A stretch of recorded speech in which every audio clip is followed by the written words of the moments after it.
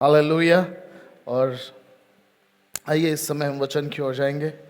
समय तेजी से दौड़ रहा है, लेकिन थोड़ा सा समय हमारे पास है और हम इस समय को प्रार्थना के साथ शुरू करेंगे। आइए अपनी आंखों को बंद करें, परमेश्वर के चरणों के पास आए, प्रभु से मांगे कि प्रभु आज फिर एक बार एक नए तरीके से मुझसे बातें कर। तेरे वचन से, तेरे अद्भुत वचन से प्रभु मेरे हृदय को आज छू ले, मेरे जीवन को आज छू ले प्रभु। और होने दे परमेश्वर आज का ये वचन मेरे जीवन में कुछ बदलाव को लेकर आए। आज मैं सिर्फ सुनने वाला ना बनूं, लेकिन प्रभु जो आज वचन मेरे कानों पर पड़ेगा, उस वचन को सुनकर अपने जीवन में उसको अमल करने वाला बनूं। आइए प्रार्थना करेंगे कि प्रभु इस वचन को मैं सिर्फ सुनने वाला नहीं, लेकिन उसको मानने वाला बनूं, उसके ऊपर चलने वाला बनूं। मेरे हृदय को, मेरे मन को प्रभु मैं आपके हाथों में देता हूं। सारा आदर, सारी महिमा आपको देते परमेश्वर। आने वाले वचन को आप आशीषित करें। बोलने वाला मैं रहूं, लेकिन प्रभु शब्द आपके रहे। कोई मनुष्य नहीं, लेकिन पवित्र आत्मा आज हमसे बातें करे। और होने दे परमेश्वर आज का वचन हमारे हृदय को, हमारे मांस को, हमारे हड्डियों को छेद कर हमारे जीवन में अद्भुत कामों को करने पाए। यहां पर बैठा हर एक व्यक्ति प्रभु आज के इस वचन से छुआ जाए, ऐसे मैं प्रार्थना करता हूं। सारा आदर, सारी महिमा परमेश्वर आपको देते। प्रभु यीशु मसीह के नाम से मांगते और सभी ने कहा आमीन। हालेलुया।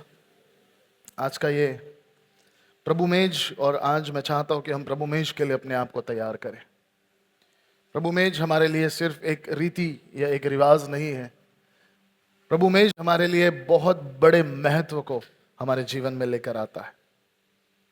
प्रभु मेज यीशु मसीह के बलिदान के बारे में है। प्रभु मेज यीशु मसीह ने जो काम हमारे लिए क्रूस पर किया उसके बारे में है। और मेरे प्यारे भाई और बहनों, अगर यीशु मसीह ने वो काम क्रूस पर नहीं किया होता तो आज आप और मैं यहां पर नहीं होते। आज हमारा चर्च में आना भी वेस्ट होता। आज हमारा ताली बजाना, गीतों को गाना भी कोई मतलब का नहीं होता। आज हमारा दान और दशमांश, आज हमारा गवाही, आज हमारा जीवन, उसका कोई मीनिंग या कोई अर्थ नहीं होता।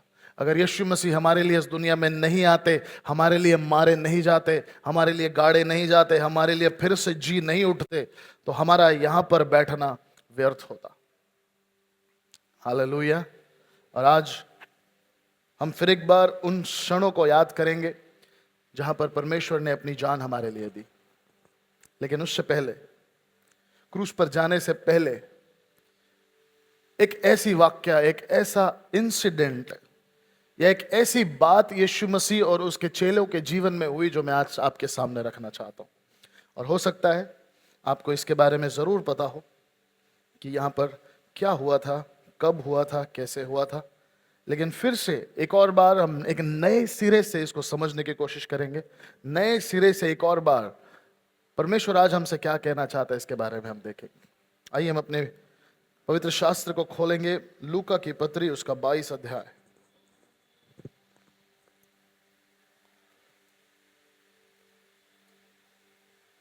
लूका की पत्री, उसका 22 अध्याय, उसका पहला और दूसरा वचन हम पढ़ेंगे। लूका की पत्री, उसका 22 अध्याय, उसका वचन 1 और 2 हम पढ़े। सब लोग हैं मेरे साथ? अगर आपके पास बाइबल नहीं है तो स्क्रीन पर आपके लिए वचन आएगा। अगर आपको बाइबल की जरूरत है तो आप कृपया करके ब्रदर राजन को या ब्रदर मोहन को आप संपर्क कर सकते हैं। हम आपके लिए बाइबल लाने की कोशिश करेंगे। आइए, लूका की पत्री, उसका 22 अध्याय, उसका पहला और दूसरा वचन। आखमीरी रोटी का पर्व जो फसह कहलाता है निकट था, और प्रधान याजक और शास्त्री इस बात की खोज में थे कि उसको कैसे मार डालें, पर वे लोगों से डरते थे। जी, पहले वचन में लिखा है कि वो एक कौन सा पर्व था? फसह का पर्व था। कौन सा पर्व था? फसह का पर्व। इंग्लिश में उसको पास ओवर कहा जाता है। पास ओवर का मतलब मैं थोड़े ही क्षणों में आपको समझाने वाला हूं। लेकिन उससे पहले कुछ और वचनों को हम पढ़ेंगे। आइए आगे जाते हुए 14 वचन से। जब घड़ी आ पहुंची तो वह प्रेरितों के साथ भोजन करने बैठा और उसने उनसे कहा, मुझे बड़ी लालसा थी कि दुख भोगने से पहले यह फसह तुम्हारे साथ खाऊं, क्योंकि मैं तुमसे कहता हूं कि जब तक वह परमेश्वर के राज्य में पूरा ना हो तब तक मैं उसे कभी ना खाऊंगा। तब उसने कटोरा लेकर धन्यवाद किया और कहा, इसको लो और आपस में बांट लो, क्योंकि मैं तुमसे कहता हूं कि जब तक परमेश्वर का राज्य ना आए तब तक मैं दाख का रस आपसे कभी ना पीऊंगा। फिर उसने रोटी ली और धन्यवाद करके तोड़ी और उनको यह कहते हुए दी, यह मेरी देह है जो तुम्हारे लिए दी जाती है, मेरे स्मरण के लिए यही किया करो। इसी रीति से उसने भोजन के बाद कटोरा भी यह कहते हुए दिया, यह कटोरा मेरे उस लहू में जो तुम्हारे लिए बहाया जाता है नई वाचा है। पर देखो, मेरे पकड़वाने वाले का हाथ मेरे साथ मेज पर है। बस यहां पर एक ऐसा इंसिडेंट हो रहा है जहां पर यीशु मसीह अपने चेलों के साथ एक कमरे में, सिर्फ यीशु मसीह और अपने चेले वहां पर बैठे हुए, और यीशु मसीह अपने चेलों से कहता है कि ये मेरी लालसा, ये मेरी इच्छा थी कि मेरे दुख उठाने से पहले मैं आपके साथ भोजन करूं। I want to have fellowship before I suffer. अब चेले नहीं समझ पा रहे थे कि ये क्या बोल रहे यीशु मसीह, लेकिन कई बार यीशु मसीह ने अपने चेलों को बताया कि मुझे मरना जरूरी है, लेकिन धीरज रखना, मैं फिर से जी उठूंगा। और कई बार चेले इस बात को भूल गए, लेकिन यहां पर यीशु मसीह एक कमरे में अपने चेलों के साथ बैठे हैं, भोजन को कर रहे हैं, और भोजन करते समय एक रोटी को लेते हैं, कटोरे को लेते हैं, और बाइबल कहती है कि उन्होंने रोटी तोड़ी, चेलों के साथ उन्होंने खाई, उन्होंने कटोरा लिया और चेलों के साथ उन्होंने उसको पिया। आज भी हम कुछ यही करने वाले, हम रोटी को लेंगे, उसको तोड़ेंगे, हम सब खाएंगे, उसके बाद कटोरा हमारे बीच में आएगा, हम उसको भी लेंगे, उसमें से भी हम पिएंगे। यहां पर लिखा है, पहले वचन में हमने पढ़ा कि ये फसह का पर्व है। It is a Passover, the festival और the season of Passover. Passover या फसह के पर्व की कहानी अगर आप समझ पाए तो निर्गमन की पत्री 12 अध्याय में इसका वर्णन आपको मिलेगा। मैं बहुत थोड़े शब्दों में आपको समझाना चाहता हूं।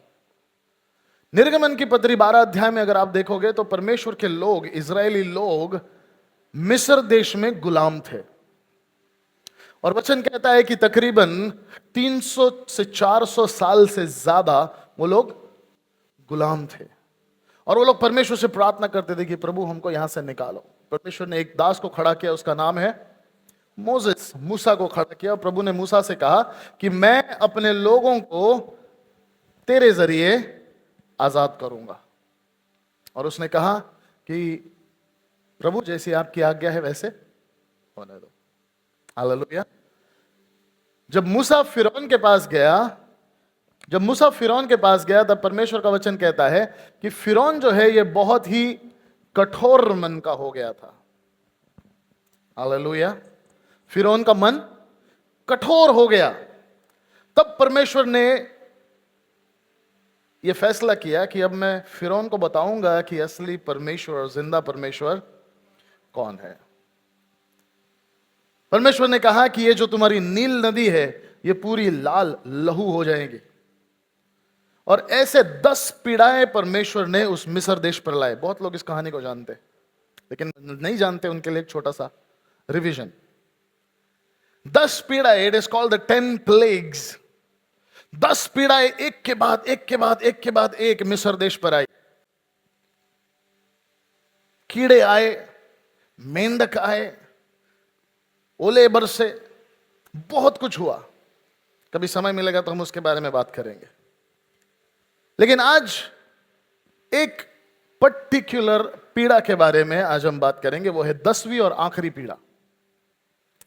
आखिरी पीड़ा जो 10वीं पीड़ा थी, परमेश्वर ने कहा कि ये आखिरी पीड़ा होगी जो मैं मिस्र देश के ऊपर ले आऊंगा, और ये होगी मौत की पीड़ा।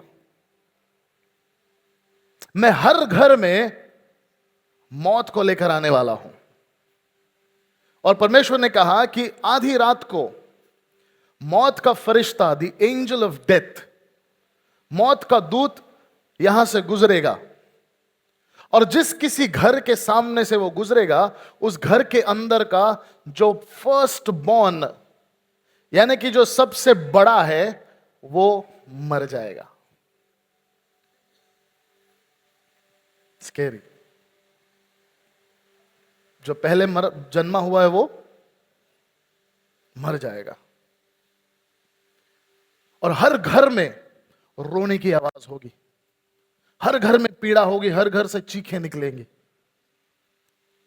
लेकिन प्रभु ने कहा कि मैं अपने लोगों के लिए एक उपाय करने वाला हूं। और उसने अपने लोगों से कहा, मूसा से कहा, अपने लोगों से कहना कि एक दिन, जिस दिन उस मौत के फरिश्ते को आना होगा, उस दिन यहूदी लोग या इजरायली लोगों को एक मेमना घर पर लेकर आना है। उस मेमने को बलि करना है।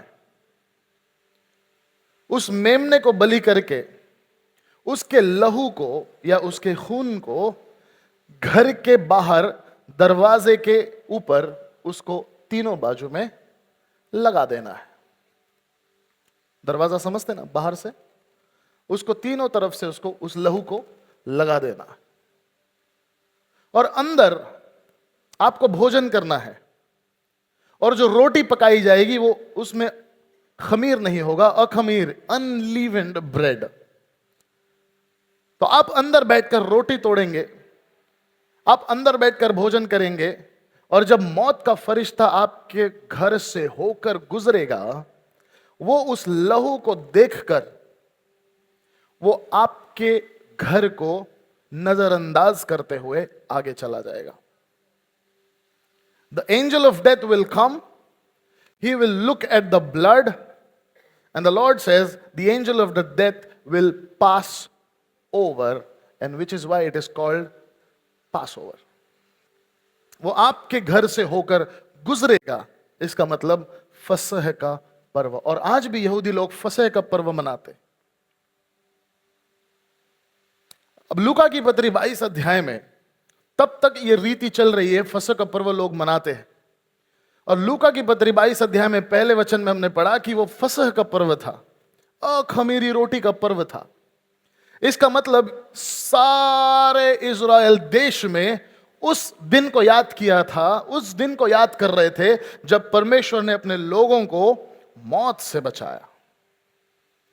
उस दिन को वो लोग याद कर रहे थे जब परमेश्वर ने अपने लोगों को बोला था कि आपको घर में रहना है, आपको क्या करना है, एक मेमने को बलि करना है, और उस घर में बैठकर अपने परिवार के साथ रोटी को तोड़कर फेलोशिप करना है। और हर साल यहूदी लोग इस समय यरूशलेम में आते थे, मंदिर में आते थे, अपने अपने मेमनों को लेकर, मेमने को लेकर आते थे याजक के पास। याजक के पास आने के बाद याजक उस मेमने को चेक करता था, क्योंकि इस मेमने के अंदर एक खासियत होनी चाहिए। ये कोई भी मेमना समझते आप, बकरी नहीं, शीप, ओके, मेमना। उस मेमने के अंदर एक खासियत होनी चाहिए कि वो मेमने के अंदर किसी भी प्रकार से कोई भी डिफॉल्ट नहीं होना चाहिए, कोई भी फॉल्ट या कोई भी उसके अंदर खराबी नहीं होनी चाहिए। एक उदाहरण मैं आपको देना चाहता हूं। कुछ साल पहले बॉम्बे में एक पुलिस स्टेशन में एक पुलिस केस हुआ, और पुलिस केस ऐसा हुआ कि एक मुस्लिम भाई वहां पर कंप्लेन करने के लिए आया, और उसने कहा कि ऐसे ऐसे व्यक्ति ने मुझे धोखा दिया है, क्योंकि जब उनकी बकरी ईद होती है तब वो भी बलि चढ़ाते हैं।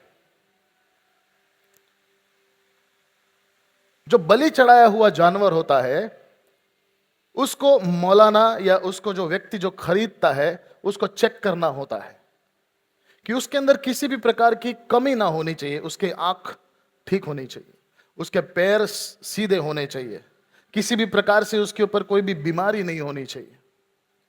तो यह व्यक्ति पुलिस स्टेशन में आया और बोला कि इसने मुझे धोखा दिया है, क्योंकि उसने मुझे ऐसा बकरा बेचा है जिसका सींग टूटा हुआ है और उसने उसको फेविकॉल से चिपका के मुझे बेचा है। और आज भी यहूदी लोग और मुस्लिम लोग इस बात को मानते हैं। तो आप समझ सकते हैं कि जो मेमना बलि किया जाता है उसको बहुत अच्छे से चेक किया जाता है। आज भी अगर आप यहूदी लोगों के घर में जाओगे तो वो हमारे नॉर्मल चिकन मटन शॉप से नहीं खाते। उनका जो मटन उनके घर पे आता है, उनके मंदिर में, जिसको हम सिनेगॉग बोलते हैं, उसमें चेक किया जाता है और चेक करने के बाद ही उसको अप्रूव करके काट कर वो लोग घर पे खाते हैं। Because it has to be pure, शुद्ध होना चाहिए। कभी सुना था आपने ये?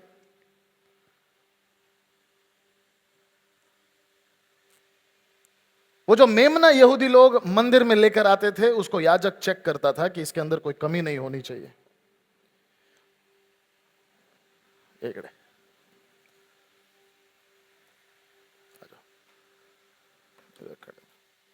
अब मान लीजिए कि ये वो व्यक्ति है जिसने ये मेमना लेकर आया है।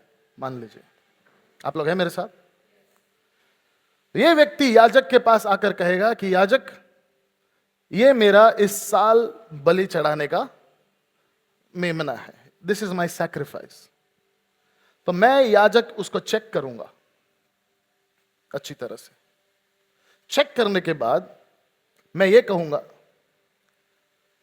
कि परमेश्वर के नियम और रीति के अनुसार आज से तुम्हारे ऊपर जो भी पाप तुमने किए वो सारे पाप मैं इसके ऊपर रख देता हूं। इसने जो भी गलतियां की, इसने जो भी पाप किए, ये सारे पाप इस मेमने के ऊपर रख देता हूं और तुम्हारा सारा दोष मैं इसके ऊपर रख देता हूं। तुमने जो कुछ भी परमेश्वर के विरुद्ध किया है वो सब कुछ इस मेमने के ऊपर रख देता हूं, और जहां पर तुम्हें मरना चाहिए था, आज ये मेमना तुम्हारी जगह मारा जाएगा।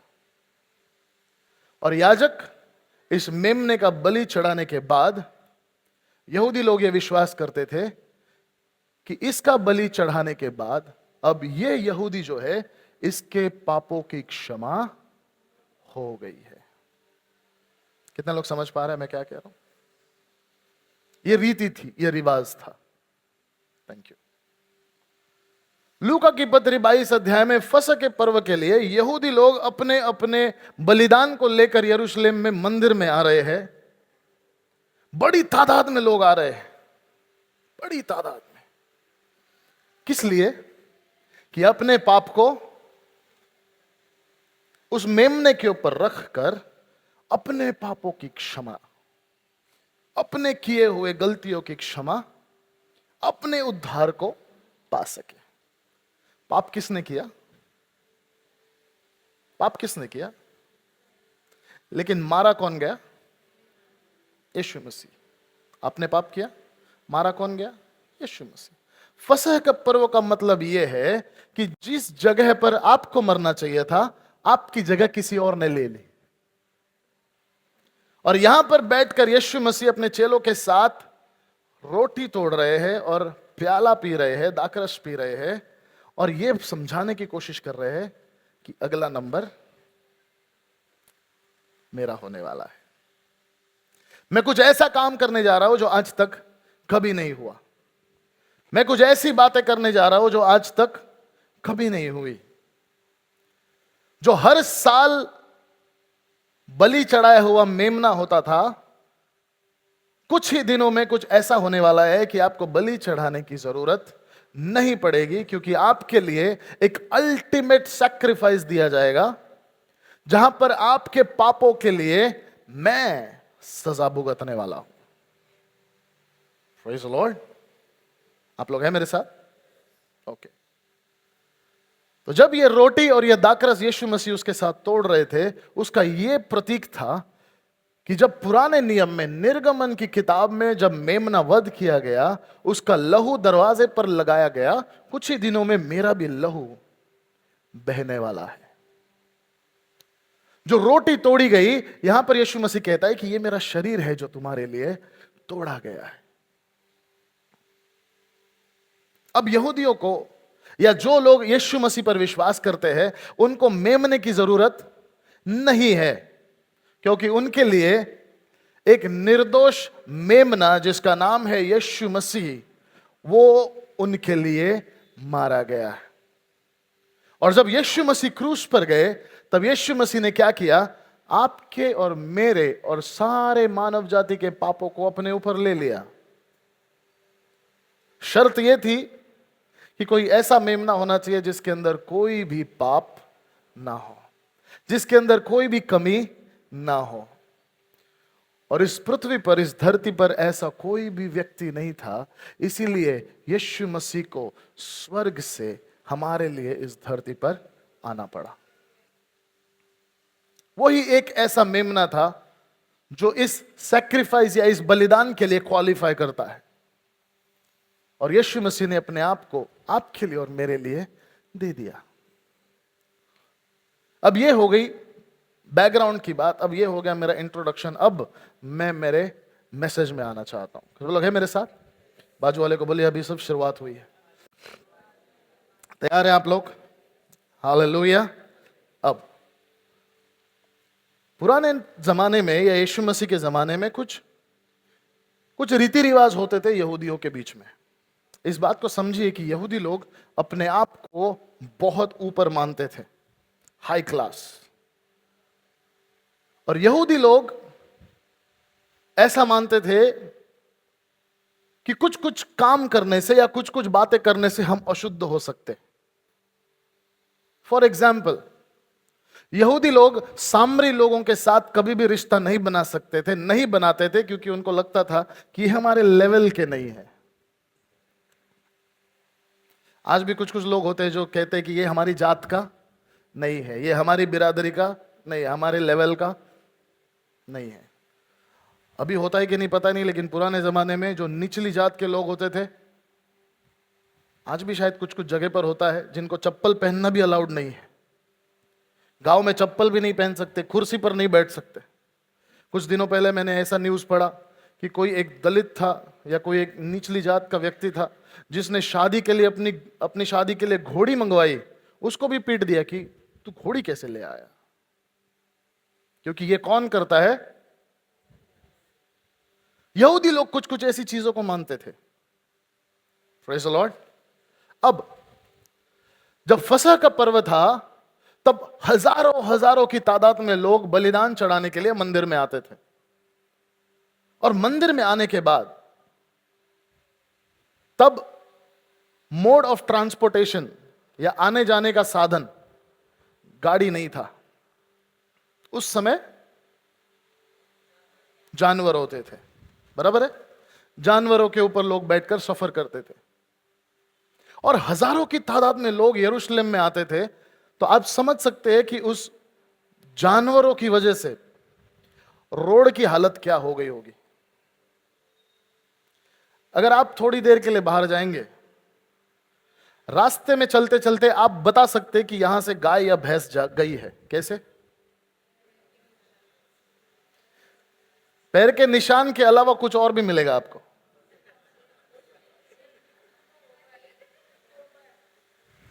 गोबर मिलेगा, गंदगी मिलेगी कि नहीं?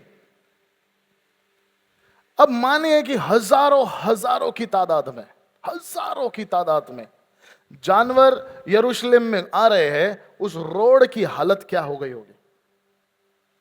रेगिस्तान से लोग आ रहे, उस रोड की हालत क्या हो गई होगी? और यहूदी लोग कुछ बातों को लेकर बहुत पर्टिकुलर थे। पर्टिकुलर का मतलब बहुत सख्त थे। और यहूदी लोग ऐसा मानते थे कि अगर भोजन करने को बैठना है, खाना खाने के लिए अगर बैठना है, तो पैर धोकर बैठना है। अगर आप घर के अंदर आओगे तो पैर धोकर अंदर आना है। Praise the Lord. ये बहुत पहले से चलते आई हुई रीति रिवाज है। लेकिन एक प्रॉब्लम ये है कि यहूदी लोग कभी भी अपने पैर खुद नहीं धोते। पैर धोने के लिए उनके घर में नौकर होते थे, सर्वेंट्स। कितने लोगों के घर में नौकर है? झाड़ू पोछा खाना वाना करने के लिए लोग आते। उस जमाने में एक दो नहीं, 6-6, 7-7, 10-10 नौकर होते थे और हर नौकर का अलग अलग काम होता था। Every servant had a different role. जो पढ़ा लिखा होता था उसका अलग काम होता था कि ये पढ़ लिख सकता है, ये कुछ और करेगा। खेती बाड़ी करने वाले नौकर अलग होते थे, सामान लाने वाले लोग अलग होते थे, खाना बनाने वाले नौकर अलग होते थे और कोई भी काम एक दूसरे के साथ शेयर नहीं कर सकता। फॉर एग्जाम्पल, उनके रैंक्स होते थे। रैंक समझते आप? लेवल होते थे। खाना बनाने वाला व्यक्ति कभी भी खेत में काम नहीं करेगा। खेत में काम करने वाला व्यक्ति कभी भी बैलगाड़ी नहीं चलाएगा। बैलगाड़ी चलाने वाला व्यक्ति कभी भी सामान लाने के लिए नहीं जाएगा। उसका जो काम है वो ही किया जाता था। Praise the Lord. ऑलराइट।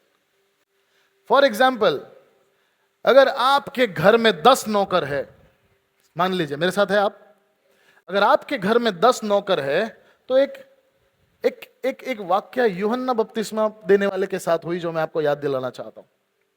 यूहन्ना बपतिस्मा देने वाला जब बपतिस्मा दे रहा था लोगों को, और लोग उसको आकर पूछने लगे, क्या तू वही है जिसके लिए हम लोग रुके हैं? तो वो कहता है, मैं तो पानी से बपतिस्मा देने वाला हूं, लेकिन जो मेरे बाद आता है वो आग से बपतिस्मा देने वाला है, वो आत्मा से बपतिस्मा देने वाला है। और आगे जाकर यूहन्ना बपतिस्मा देने वाला कहता है कि मैं तो इतना भी काबिल नहीं हूं कि मैं उसके जूतों के फीतों को खोल सकूं, उसके जूते के लेस को मैं खोल सकूं, इतनी भी मेरी काबिलियत नहीं है। जूतों के लेस को खोलने का काम उस नौकर का था जो घर में 9वें या 10वें नंबर के लेवल पर काम करता है।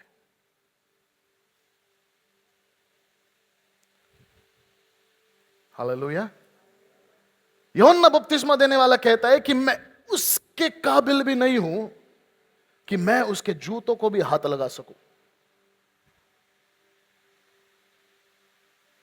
लूका की पत्री 22 अध्याय में, इस ऊपरी कोठरी में, इस अपर रूम में, अब ये 12 चेले आकर बैठ गए, खड़े हो गए। सफर करके आए हैं, गंदे रास्ते से चलकर आए हैं, उनके पैर गंदे हो गए हैं। और यहां पर 24 वचन में अगर हम देखेंगे, 24 वचन में लिखा है, शिष्यों में यह विवाद छिड़ गया कि हम में से किसको सबसे बड़ा समझा जाना चाहिए। Now there was a conflict, a discussion, argument कि आप हम में से बड़ा कौन है और छोटा कौन है। सब लोग हैं मेरे साथ? सब लोग हैं? बड़ा कौन है, छोटा कौन है? क्यों पता है? क्योंकि जो छोटा होगा वो ही हमारे पैर धोएगा। तो पतरस यूहन्ना को देखता है, यूहन्ना बोलता है, यूहन्ना मती को देखता है, मती बोल नो वे। फिर मती एंड्रू को देखता है, एंड्रू बोलता है। फिर एंड्रू नथानियल को देखता है, नथानियल। सब एक दूसरे को देख रहे कि फिर हमारे पैर धोएगा कौन?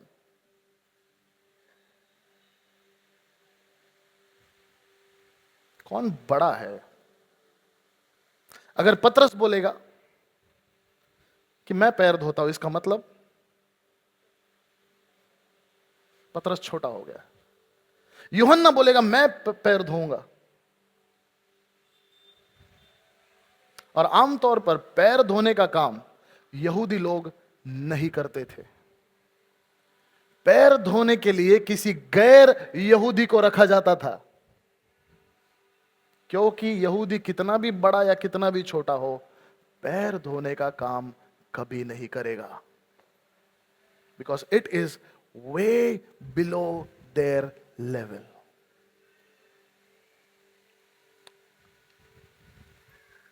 अब यहां पर डिस्कशन क्या चल रहा है? आर्ग्यूमेंट ये चल रहा है कि बड़ा कौन है और छोटा कौन है। 24 वचन, शिष्यों में यह विवाद हो गया कि हम में से बड़ा और हम में से छोटा कौन होना चाहिए। Hallelujah, hallelujah. और तभी यीशु मसीह आता है, एक बर्तन में पानी लेता है, एक टॉवेल लेता है, झुक जाता है, चेलों के जूतों को खोलने लगता है, जूतों को निकालकर वचन कहता है कि यीशु मसीह ने अपने चेलों के पैर धोना शुरू किया। अब ये एक ऐसी मेज पर बैठे हैं, एक ऐसी जगह पर आए हैं, एक ऐसे कमरे के अंदर है जहां पर यीशु मसीह मौजूद है। और यीशु मसीह के होते हुए एक दूसरे से सवाल क्या पूछ रहे हैं कि हम में से बड़ा कौन है। यीशु मसीह ने शायद इनके मन को जांच लिया कि ये लोग मन में क्या सोच रहे हैं, ये एक दूसरे को क्यों देख रहे हैं, इनके मन में क्या चल रहा है, ये एक दूसरे से क्या चाहते हैं।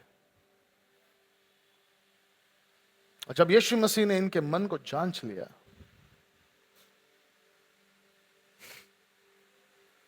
यीशु मसीह ने वो काम किया जो आज तक किसी यहूदी ने नहीं किया।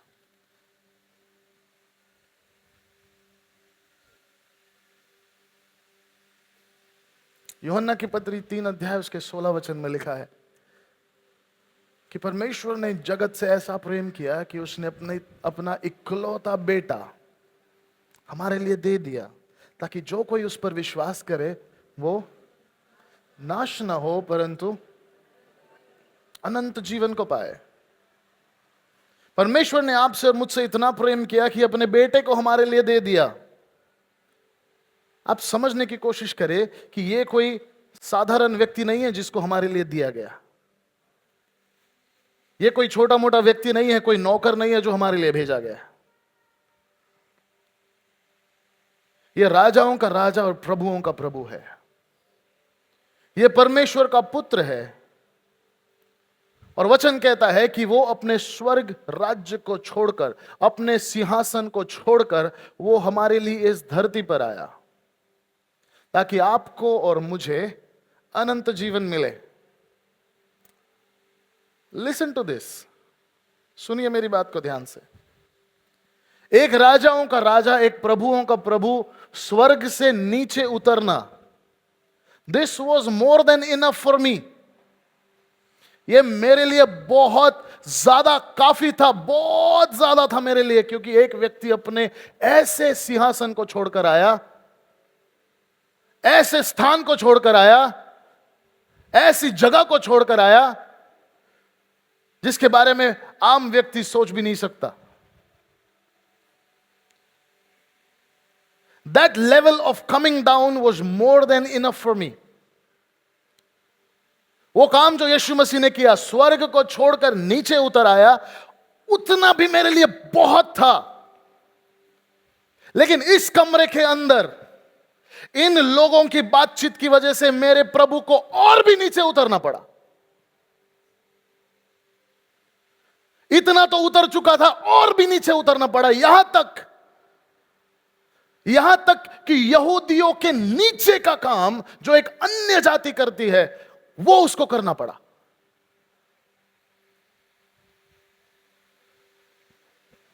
मेरी समस्या ये नहीं है कि इन्होंने ये बातचीत की, मेरी समस्या ये है कि उस कमरे में की जहां पर यीशु मसीह मौजूद था। That is what I don't understand. They are talking about greatness at the wrong table. बड़प्पन की बातें कर रहे, गलत जगह पर कर रहे। तू बड़ा है कि मैं बड़ा हूं, तू बड़ा है कि मैं बड़ा हूं, यह बातचीत गलत जगह पर हो रही है। It's a wrong place to discuss.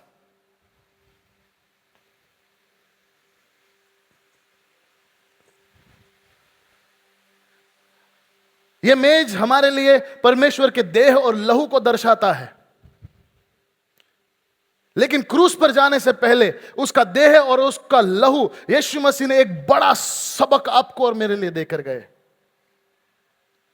Yes, this table talks about sacrifice. Yes, उस बलिदान के बारे में बात होती है, उसको बलिदान कहते हैं जो यीशु मसीह ने हमारे लिए उस क्रूस पर किया। यस, लेकिन उसके पहले इस बात को समझना पड़ेगा कि यह मेज नम्रता को दिखाती है।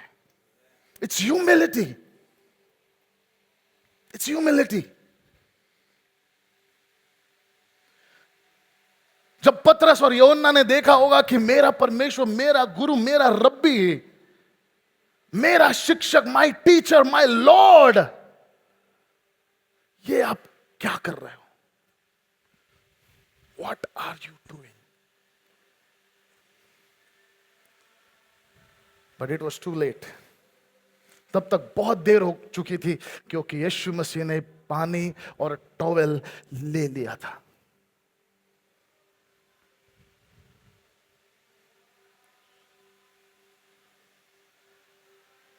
कलीसिया के अंदर आज क्या बात होती है? Let's talk about it. कलीसिया के अंदर क्या बात होती है?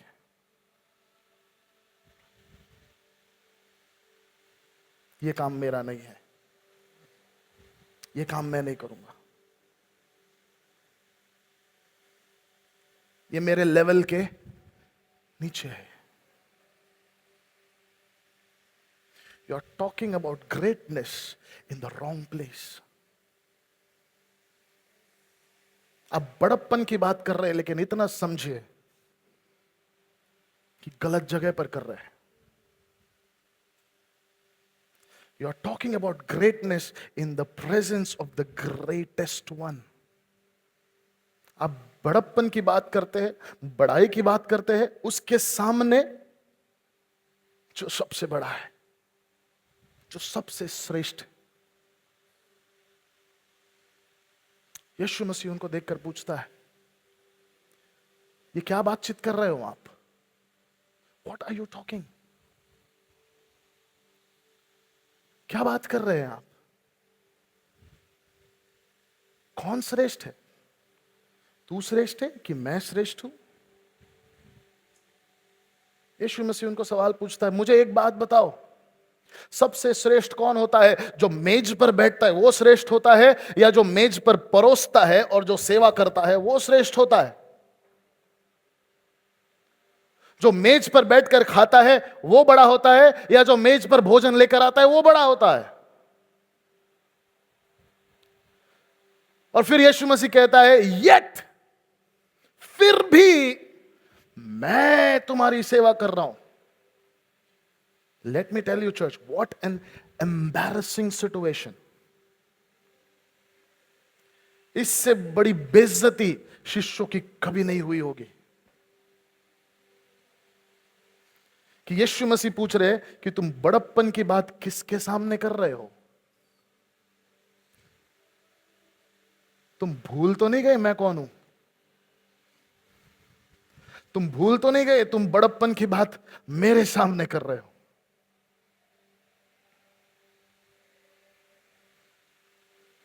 तुम भूल तो नहीं गए कि मैं कौन हूं? तुम कह रहे हो ये काम मैं नहीं करूंगा,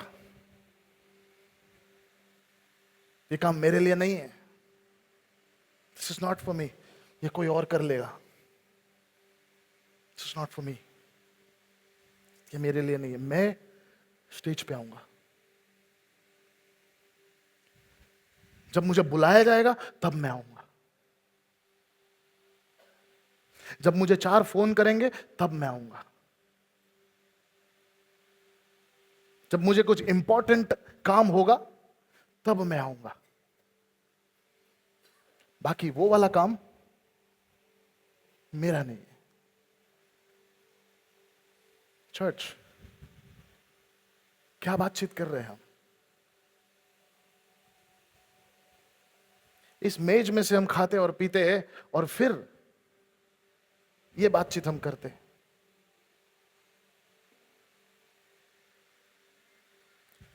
ये रोटी और ये दाखरस हमारे लिए एक सबसे बड़ा प्रतीक है। सूली पर जाने से पहले उस लेवल के नीचे there is no other level. जहां पर यीशु मसीह गए उसके बाद देयर इज नथिंग। जब यीशु मसीह ने पैरों को लेकर चेलों के पैरों को धोया, उसके बाद चेलों के मुंह पर मातम छाया हुआ।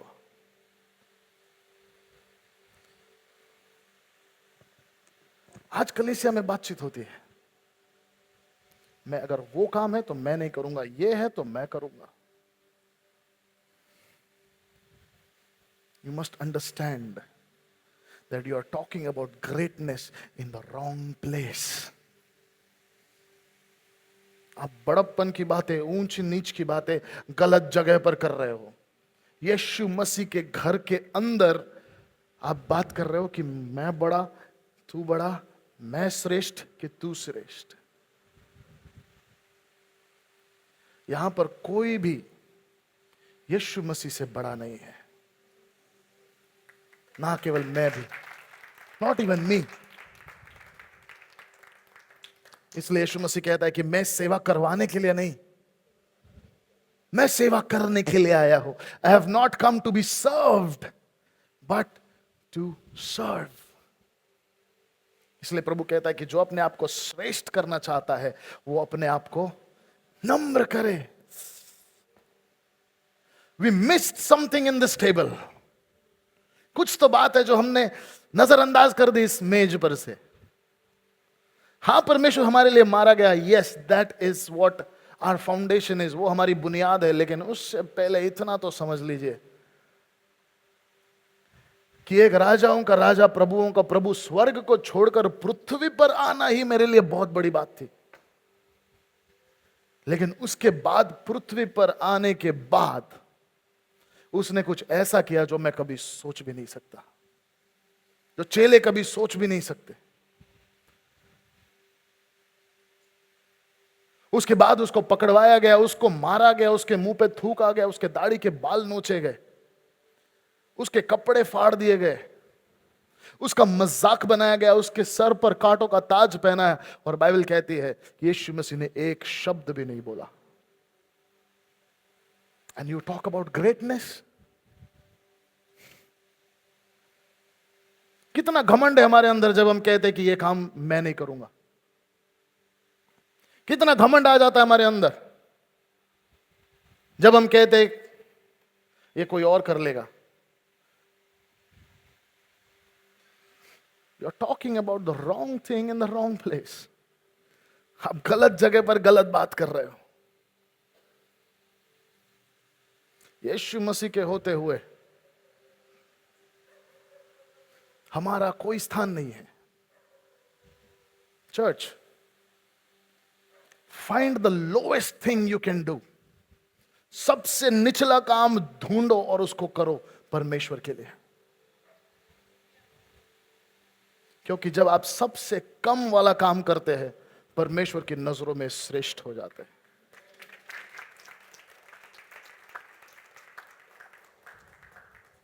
पुराने नियम में एक व्यक्ति है जिसके बारे में ज्यादा बातचीत नहीं होती, उसका नाम है ओबेद एदोम। ओबेद एदोम एक ऐसा व्यक्ति है, बस समय कितना है, 10 मिनट है। ओबेद एदोम एक ऐसा व्यक्ति है, पुराने नियम में उसके बारे में ऐसा लिखा हुआ है कि राजा दाऊद जब राजा बन गया तब उसके मन में इच्छा हुई कि परमेश्वर का संदूक जिसको यहूदी लोग बहुत मानते थे, उसको फिर से यरूशलेम में लेकर आए, शहर में लेकर आए। तो उन्होंने बड़े धूमधाम से 30-40 हजार लोग इकट्ठा हो गए, उस संदूक को बैलगाड़ी पर रख दिया, धूमधाम से उसको ले आया जा रहा था। मान लीजिए इस रोड के ऊपर से बड़ी जुलूस निकल रही है, आप देख रहे हो, आपकी खिड़की से देख रहे हो, और बाइबल कहती है कि उस बैलों ने ठोकर खाई, बैलगाड़ी हिली, और जो संदूक बैलगाड़ी पर रखा था वो गिरने वाला था। तो वहां पर एक व्यक्ति है, उसका नाम है उज्जा।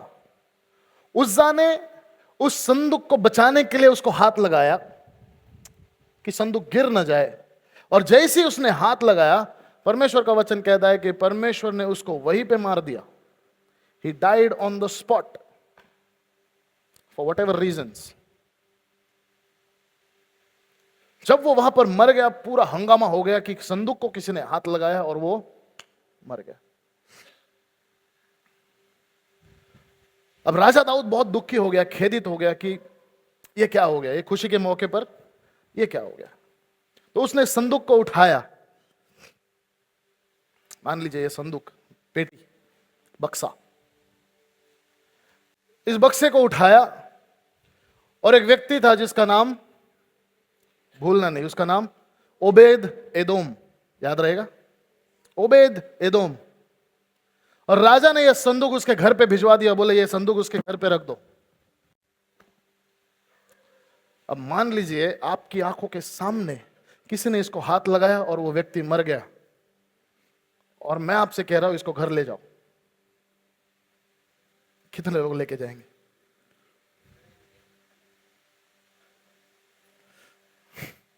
ईमानदारी से बोले कितने लोग लेकर जाएंगे?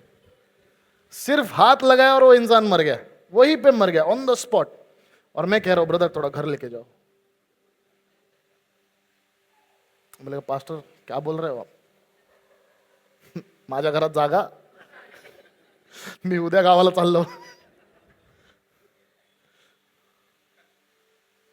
लेकिन प्रभु का वचन कहता है कि ये संदूक ओबेदेदोम के घर पे 3 महीने तक था, 3 months।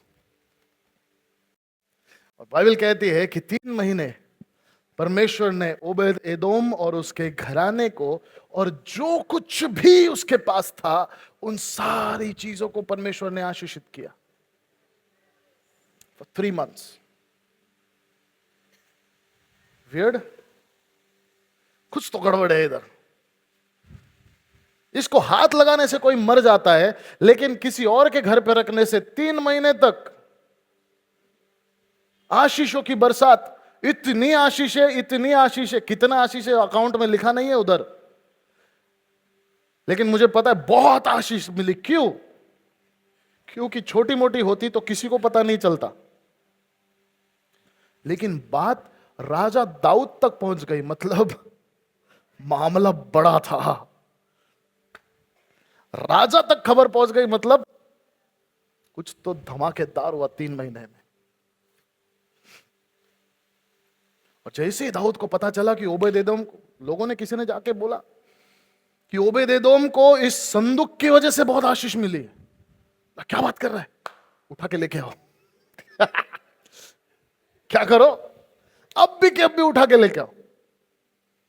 फिर राजा दाऊद ने बकायदा लीगली जो करना चाहिए था, याजकों को ले जाकर सब कुछ, उसके बाद आपको पता है वो वचन लिखा है कि राजा दाऊद ऐसा नाचा कि उसके वस्त्र भी उसके बदन से गिर गए। उसने उस संदूक को ले जाकर मंदिर में रख दिया। मंदिर में रखने के बाद उसने अपने मंदिर को, परमेश्वर के मंदिर को, उसके ऑर्डर को सेट किया। He set the temple in order. He was very excited. बहुत खुश था राजा दाऊद कि परमेश्वर का संदूक हमारे घर में, हमारे शहर में, हमारे मंदिर में आ चुका है। Hallelujah. Praise the Lord. और राजा दाऊद की एक इच्छा थी कि मंदिर में स्तुति आराधना होनी चाहिए, जैसे हमारे वर्शिप टीम करती है। क्या होनी चाहिए? स्तुति आराधना होनी चाहिए, गीत होना चाहिए, म्यूजिक होना चाहिए। और राजा दाऊद सॉन्ग राइटर था, आपको पता है, गाने लिखता था। जो आपके बाइबल में सबसे बड़ी किताब है भजन संहिता, उसमें से कई ज्यादा भजन दाऊद राजा ने लिखे। राजा दाऊद एक ऐसा व्यक्ति था जो सुबह उठेगा भजन लिखेगा, रात को सोने जाएगा तो भजन लिखेगा, रात को नींद खुल गई तो भजन लिखेगा, सपने आए तो भजन लिखेगा, बुरे सपने आएंगे तो भी लिखेगा, अच्छे आए तो भी लिखेगा, लड़ाई में जाएगा तो भी लिखेगा, जीत जाएगा तो भी बड़ा वाला लिखेगा, हार गया तो फिर भी लिखेगा, बेटा पीछे पड़ गया भजन लिखेगा, खुश हो गया भजन लिखेगा, पाप करेगा भजन लिखेगा, रोएगा तो भजन लिखेगा, हंसेगा तो भजन लिखेगा, किसी ने उसके विरुद्ध बात की भजन लिखेगा। He used to write so many songs. इतने गीत लिखता था कि पूछो मत। उसने 3 लोगों को नियुक्त किया और उनको बोला तुम आज से क्वायर लीडर, वर्शिप टीम के लीडर, और मुझे एक अच्छा क्वायर बना के दो। तो तीनों लोग काम पर लग गए, तीनों लोग काम पर लग गए। राजा दाऊद ने कहा यहूदी नहीं भी होगा तो चलेगा, लेकिन अच्छा क्वायर होना चाहिए, बेस्ट से बेस्ट। उन्होंने चर्च के बाहर, मंदिर के बाहर एक नोटिस लगा दिया, ऑडिशन, गाने बजाने वालों का स्वागत है। कोई भी वाद्य बजाते हो, अगर आप गा सकते हो, बजा सकते हो, संडे को दोपहर को 4 बजे आ जाना। अब दूसरी जगह पर ओबेदेदोम 3 महीने उसने कुछ ऐसा एक्सपीरियंस किया जो उसने जिंदगी में कभी नहीं किया। 3 महीने में उसको इतनी आशीष मिली कि उसको जिंदगी में इतनी आशीष कभी नहीं मिली। बहुत आशीष मिली। लेकिन जब यह संदूक उसके घर से चला गया, तब यह आदमी बेचैन हो गया। ऐसा लग रहा था कि ऐसा कुछ उसके जिंदगी से चला गया जैसे उसकी जिंदगी खाली हो गई, पूरी खोखली हो गई। क्यों पता है? यह संदूक सिर्फ एक बक्सा नहीं है, इसके अंदर परमेश्वर की उपस्थिति होती थी। It's a presence of God. Israeli लोगों को हिदायत दी गई थी, बोला गया था कि जब भी तुम यहां से वहां जाओगे, सबसे पहले ये तुम्हारे साथ जाएगा, फिर इसके पीछे तुम चलोगे। It was a presence of God. और जब ये उसके घर से चला गया, तब ये बेचैन हो गया। चाह कर भी ये वापस उसके घर में नहीं आ सकता। पूछो क्यों? पूछो ना क्यों? क्योंकि ओबेदेदोम लेवी यहूदी नहीं था, और इस बक्से को वो ही हाथ लगा सकता है जो यहूदी है और लेवी वंश का है। यहूदी लोगों में 12 वंश होते थे, 12 में से 11 वंश उसको हाथ नहीं लगा सकते। सिर्फ एक वंश के याजक उसको हाथ लगा सकते, वो है लेवी वंश। और ओबेदेदोम लेवी वंश का नहीं है, यहां तक कि वो यहूदी भी नहीं है। तो भूल जाओ, ये उसके घर में वापस नहीं आ सकता, ये उसको हाथ नहीं लगा सकता, ये उसकी सेवा नहीं कर सकता। लेकिन एक बात आप ध्यान में रखें, जो व्यक्ति परमेश्वर की उपस्थिति के प्यार में पड़ जाता है, फिर वो पागल हो जाता है। Once you fall in love with the presence of God, आपको अगर प्रार्थना करने में अगर आपको प्यार आ गया, अगर आपको बाइबल पढ़ने में प्यार आ गया, आराधना करने में अगर आपको प्यार आ गया, अगर यीशु मसीह से आपको प्रेम हो गया, तो आपको चर्च के बाहर रखना नामुमकिन हो जाएगा।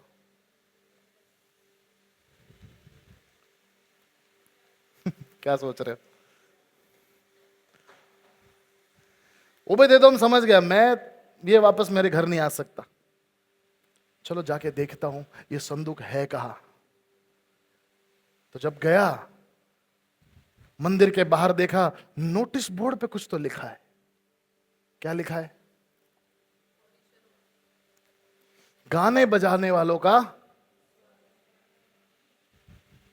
क्वायर टीम में जगह खाली है, वैकेंसी। Praise the Lord. और पहले इतिहास में राजा दाऊद के क्वायर में जो लोग बजाने और गाने वाले थे, उनके नाम की लिस्ट लिखी हुई है, और उसमें सबसे आखिरी नाम कौन सा है पता है? ओबेद एदोम। अब ये कैसे वहां पर पहुंच गया हमको नहीं पता। उसने सोचा होगा अगर संदूक मेरे घर पे नहीं आ सकता तो क्या हुआ?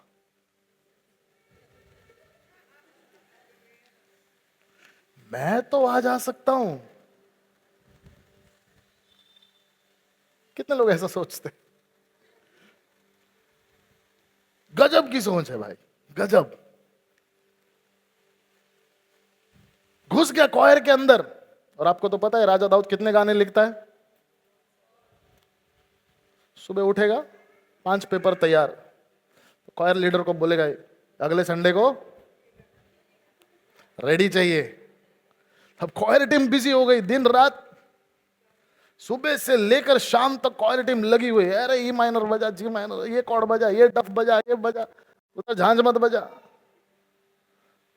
चालू हो गए, प्रैक्टिस चालू हो गई। शाम को घर आता था, ओबेदेदोम के दिमाग में वही चल रहा होता था, क्यों घर आया मैं? उधर ही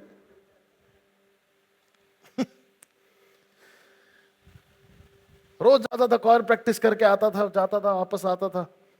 एक दिन उसके मन में आया यार इतना काफी नहीं है, कुछ और करना चाहिए। क्यों पता है? क्यों? प्यार में पड़ गया। ओबेदेदोम ने कुछ ऐसा एक्सपीरियंस किया जो शायद ही किसी ने किया था। फिर एक दिन जब वो क्वायर प्रैक्टिस के लिए जा रहा था, उसने एक और नोटिस पढ़ा, और नोटिस में ऐसा लिखा हुआ था कि वाचा के संदूक की रखवाली करने के लिए हमको सिक्योरिटी गार्ड चाहिए, द्वारपाल। इसने बोला अच्छा, एप्लीकेशन। और कुछ अध्याय के बाद वाचा के संदूक की रखवाली करने वाले सिक्योरिटी गार्ड्स के नाम लिखे हुए हैं। उसमें से एक नाम है ओबेदेदोम। क्वायर टीम में भी आ गया, सिक्योरिटी में भी आ गया। बोले कुछ भी हो जाए, इससे दूर मैं नहीं जाऊंगा। मुझे पता लग गया है मेरे जिंदगी में मुझे क्या चाहिए, यही मुझे चाहिए। This is what I want. हो सकता है उसने राजा दाऊद का भी पागलपन देखा होगा। एक गीत में राजा दाऊद कहता है कि एक वर मैंने परमेश्वर से मांगा है कि मैं जिंदगी भर तेरे मंदिर के चौखट पर बैठा रहूं और तेरे मनोहर रूप को देखता रहूं। क्या लाइन है! One thing I have asked of the Lord, that I may sit at the courts, at the door, and gaze upon your beauty all the days of my life. परमेश्वर की उपस्थिति की खूबसूरती आपको कोई भी काम करवा सकती है। जो परमेश्वर के प्रेम में पड़ जाता है, उसके लिए क्या क्वायर टीम और क्या security. As long as I am anywhere around the presence of God,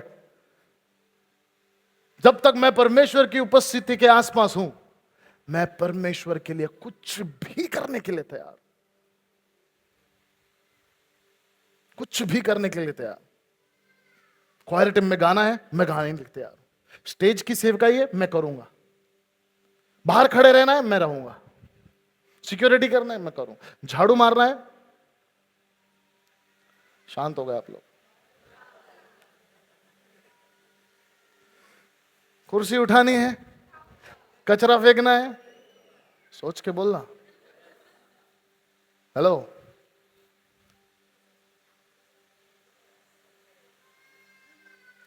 बोलने के लिए आसान है, अगले संडे से करने की कोशिश करो, फिर पता चलेगा कि एक कुर्सी उठाने के लिए झुकना भी पड़ता है। फिर पता चल रहा है यहां से कुछ आवाज आ रहा है। ये मेरा काम कलीसिया में आने के बाद अगर हम सोच रहे हैं कि ये मेरा काम नहीं है, ये मेरा काम नहीं है, ये मेरा काम नहीं है, इसका मतलब यू आर स्टिल, आप अभी भी परमेश्वर की उपस्थिति से बहुत दूर है, बहुत दूर है।